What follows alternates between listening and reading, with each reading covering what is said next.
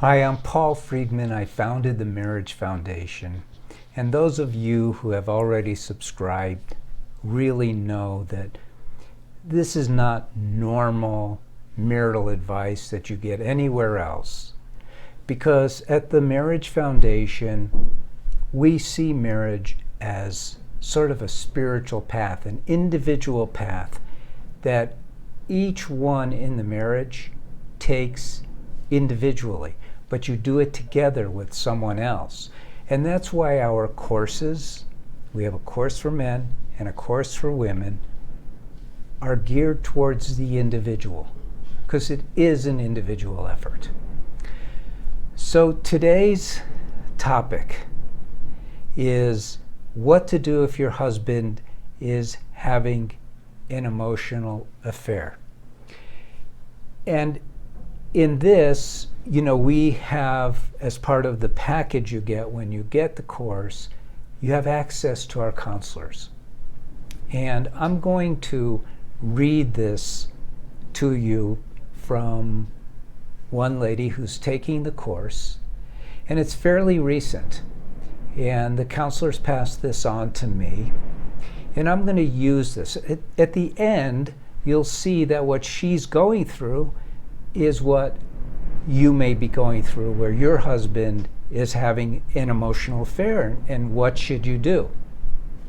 So I'm going to help you by showing you what she's doing as she's being instructed in the course for women. And if your husband is having an emotional affair, then the course for women is almost a necessity. You just can't do this yourself. Marriage is complex. Marriage is deep. I used to be a divorce mediator. I saw the results from therapy, from going to counseling. This was over 20 years ago. And that doesn't work. So I came up with something that does. And this is a great illustration. So I'm going to read to you, and then I will jump in.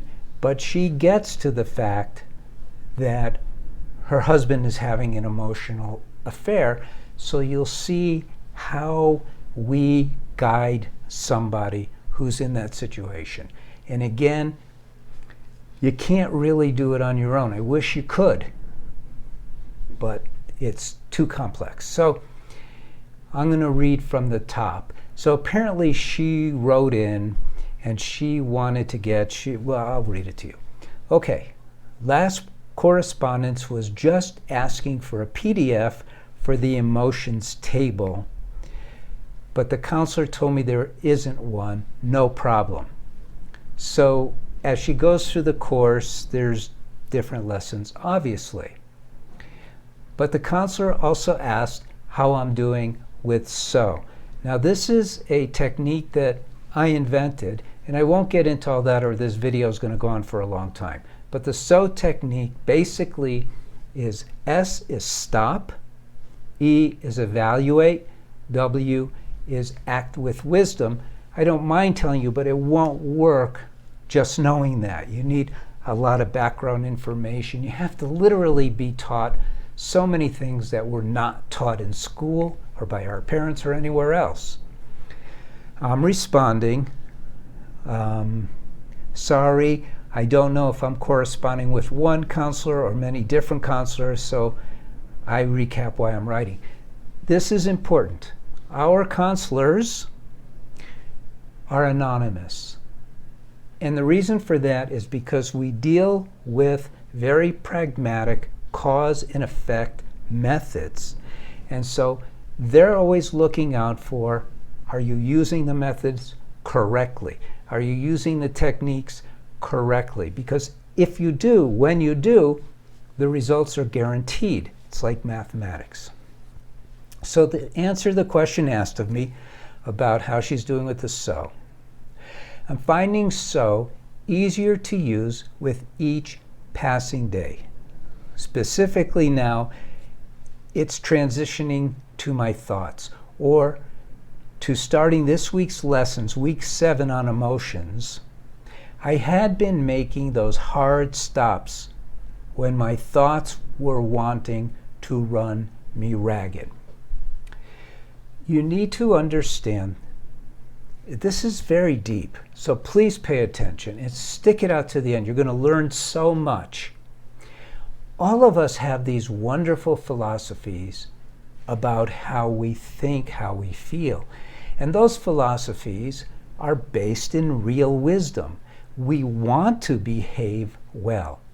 Unfortunately, there's a part of us, the body, we're a soul, but we have a body. The body has a drive to survive. Every cell, living cell, is governed by the drive to survive. So our bodies have 1 trillion cells, and that's what's going on. So we have developed habits based on the body demanding us to protect it, protect us. So it's transitioning my thoughts, those hard stops when my thoughts were wanting to run me ragged. So the thoughts are reactions, habitual reactions. And this is where you use the so. You stop and you evaluate. Is this thought really what I want? In part of the evaluating process, I was evaluating my emotions. Now, we don't subscribe to the idea of honoring your emotions. And I lay all this out in the course. Your emotions are a software within your mind that help you reduce the gravity of a situation. It goes from DEFCON 10 to DEFCON 8, you might say. The emotions are DEFCON 8. But we're not supposed to be run by our emotions. It's just supposed to be there to replace that instant reactive charge, which can burn you out, fry your nerves. So hers were running her ragged. And what she was doing was evaluating my emotions, specifically what I was feeling and why, then turning it into cognizing the worry I felt coming on had very little to do with what is actually in front of me. Isn't that wisdom? My emotions had very little to do with what I was dealing with. And this is the problem with habitual reactions. They drive us crazy. It's not the outer thing that's occurring that ruins our day. It's how we're responding. The so helped calm me to think logically about my husband's perspective, feel with my heart his pain, and have compassion. So this is big. We live in 3 worlds at the same time. The primal world, which is basically governed again by our drive to survive. It's a very self-centered, selfish mentality of taking, protecting, defending, asserting ourselves. It's not cool. People who live only on the primal level are hopefully in prisons because they're very dangerous. They're the sociopaths, the psychopaths of the world. Then there's the mundane. The mundane is where we do our thing, day to day. We grow up, we have a wonderful childhood without a care in the world. We go to school, we learn how to get a job, we get married, we have children, we get old, we retire, and then we die. It's all mundane. There's nothing really happening. Because we're not taught that we are intended to evolve as human beings, which really means mastering the mind, which really is what the so technique is all about. When you master your mind, then you go to the highest level, the soul level, which is love, pure love. Your soul is pure love. And at that level, and that's where your marriage is supposed to be, at that level, you're operating from your heart. Your actions are all based in unconditional love, not in what's good for you, which is down at the bottom, or mundane, which is what is fair, but love. You won't become a doormat. You won't be abused. You will feel the joy of yourself, your soul. It's becoming easier each day to not let his outbursts hurt me, because I teach techniques where you don't become the victim. His actions should not control you. You should control you. And see what he is saying without being defensive, and or depending on the situation, just be a listening ear to his woes. That is huge for someone who's in this position where her husband is basically unfaithful, and she's able to transcend that. I say give her a lot of credit, but I'll also say everyone who follows the course gets there, because we take you step by step. But his emotional affair partner, and still be, and here's the important thing, honestly loving to him, because he's a person and I can feel his struggles. Isn't this saintly? It's so beautiful. It's who we are supposed to be. It is. There's people who might argue with this and say, no, that's not right, blah, blah, blah. You have to, well, those people who argue with this but try it, come around. Those who argue with it but don't try it, they're stuck. It'll be a while for them. It's both weird and freeing. And here's the key word, freeing. Kind of like living out of my body, but never more connected to my soul at the same time. Isn't that so cool? You are a soul. You have a body. You have a mind. She's not been doing the so very long, just a few weeks, so she has not made that transition complete yet. It comes over weeks, months, and years. When you start hitting a certain stride, you're in joy all the time. I have been for years, and so are many of our clients who take this course, and they write in, they let us know. Heart is more at peace and happy, even despite not knowing what my husband may do. You can't control your husband, but you can control you. And that's a key element, because when you recognize the truth in that, then you could put your attention on you. You can't control your husband. You can manipulate him. You can do all kinds of things that will get temporary results. But when you become the greatest lover in his world, where is he going to go? Love is the ultimate experience. I'm enjoying seeing this change in me to love him without expectations, and it's so much easier than suffering all the unknowns and perceived hurts in feeling. It's deep, the perceived hurt and feelings. This is where the mind screws around with us. Now it comes from within me, not from my external circumstances. Love, happiness, contentment, peace, outer conditions affect us somewhat.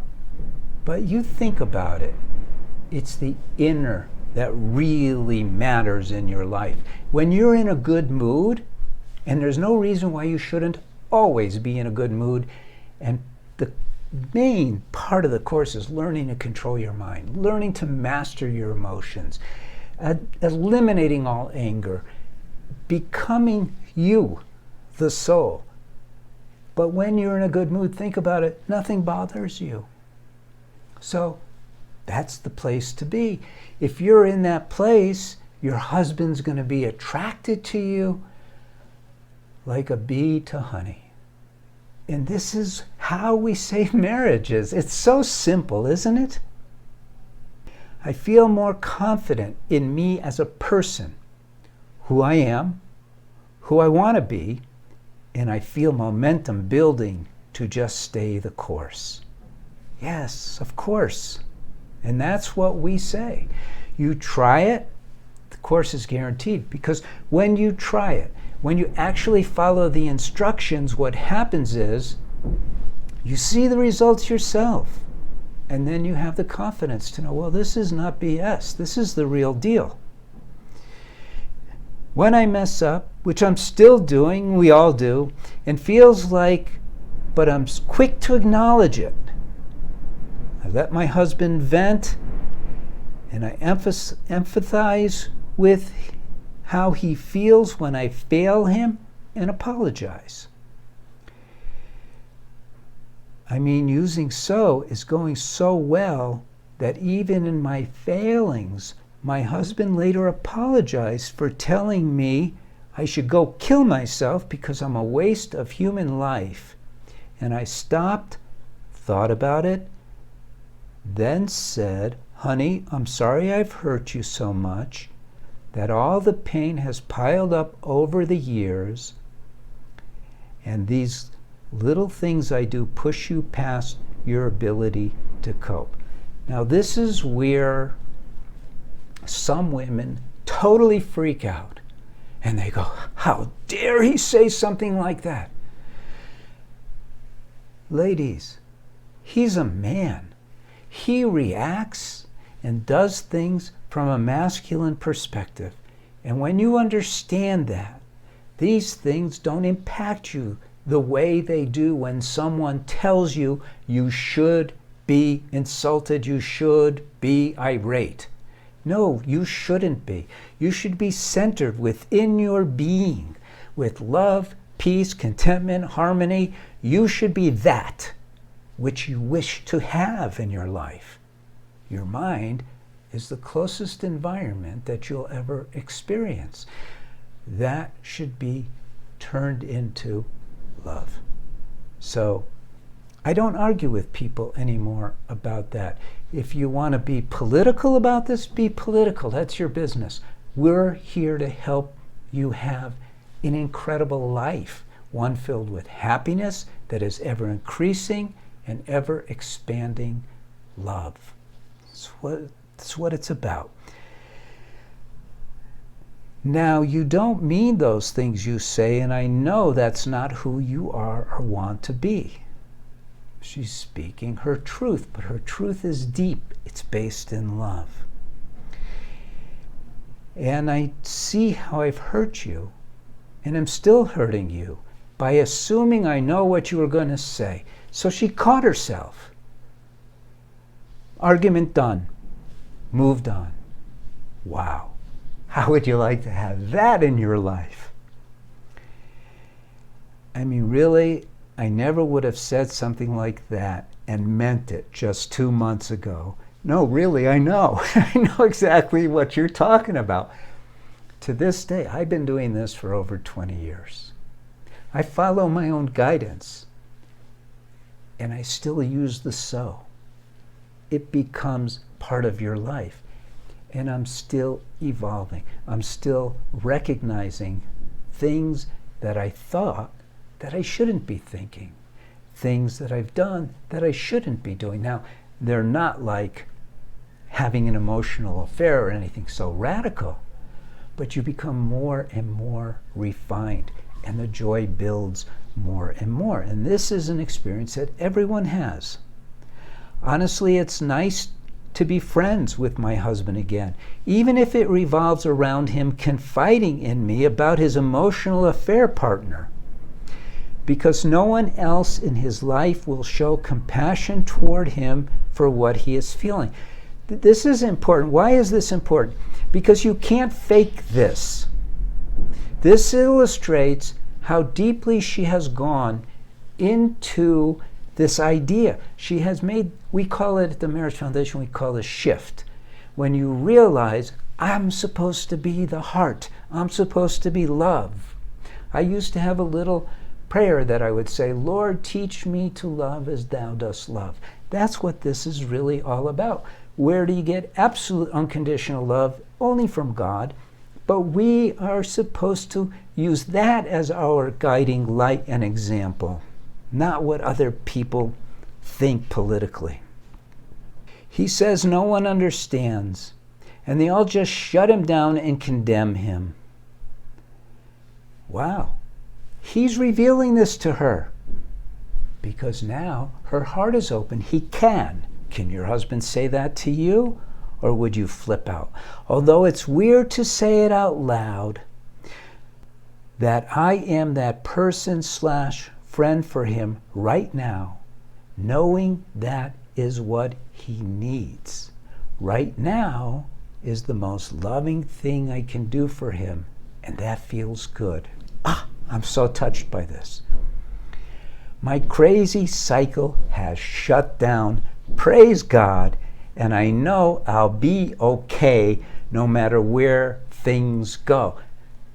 We tell people all the time, you cannot control the external, but you can control your reactions. You can control who you are. You can be in joy no matter what happens. And I have tested this in my own life. I don't have a life where everything turns out the way I want it to turn out. My wife isn't perfect, but she is in my eyes.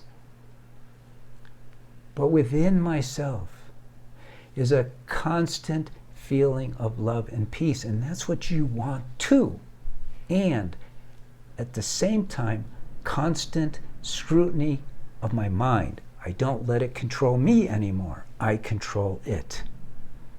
It feels like happiness has returned to my soul. Well, your soul has always been happy. And I'm choosing love, not self-protection. It is literally a binary choice. Giving love or watching out for yourself, which we are so feeble in our efforts to do anyway. It's much easier just to love.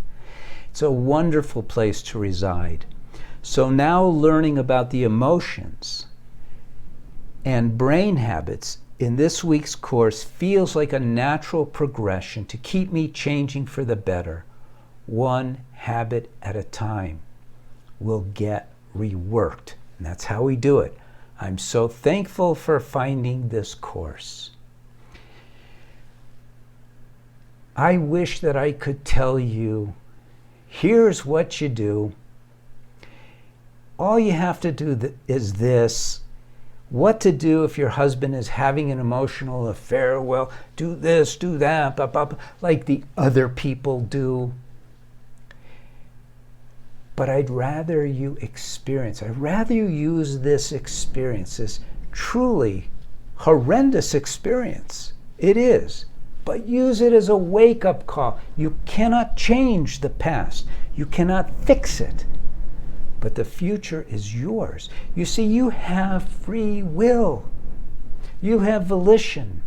Now, here's how I connect the dots. We're human beings.